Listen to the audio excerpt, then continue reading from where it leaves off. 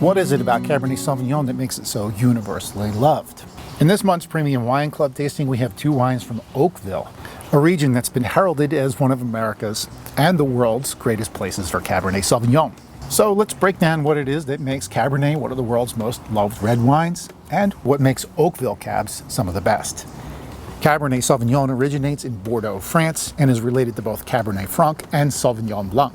The grape can be somewhat unpredictable and hard to grow, and if it's not managed properly, it can yield some really harsh and austere wines.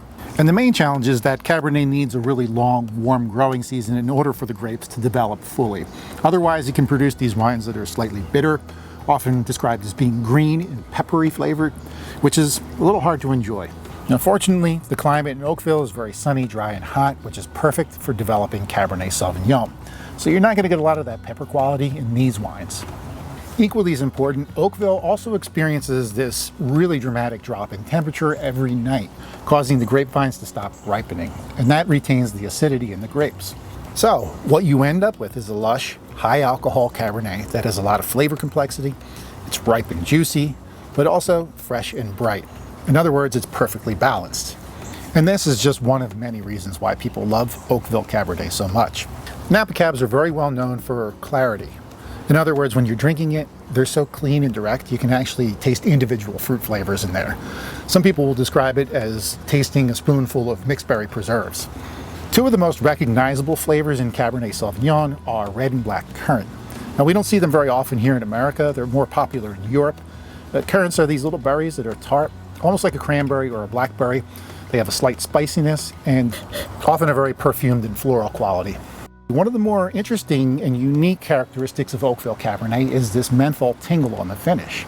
Now, there's no actual mint or menthol in the wine, rather a chemical compound in the skins of the grapes known as terpenes, and those are accentuated by those cool nighttime temperatures that you find in Oakville. Cabernet Sauvignon responds so well to oak aging, and it's one of the reasons why so many people love it. Winemakers will put this in a barrel and it'll give it this nice woody spice, sometimes even a sweet vanilla flavor.